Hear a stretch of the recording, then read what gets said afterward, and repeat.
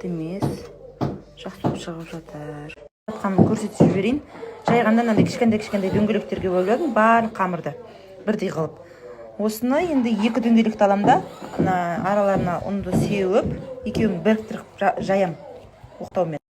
Сонда мынандай болып шығады, екеуі бірге жайылады. Бірақ енді не істейсіздер ғой, жабысып бара жатса арасына тағы да ұн сеуіп тұрасыздар. Сонда екеуін біріктіріп жайдым, мынандай жұқа 2 қамыр шықты. Енді осыны жаңағы табаға салып пісіретін боламын. Осылай құрғақ табаға 2 жағын аунатып пісіріп аласыздар. Май ешқандайға қоймайсыздар, осылай піседі екен. Жұп-жұқа, жұмсақ. Өте тамаша болып шығып жатыр. Айта кетейін, екеуін бірге былай қылып табаға саласыздар, екеуін біріктіріп. Сосын былай 2 жағын аунатып пісіресіздер. Осындай көмекшілеріңіз бар ма? Міне мен істеп жатырмын, бір жақтан мына бір кісі келіп көмектесіп жатыр. Міне жаңағы дайындаған лаваш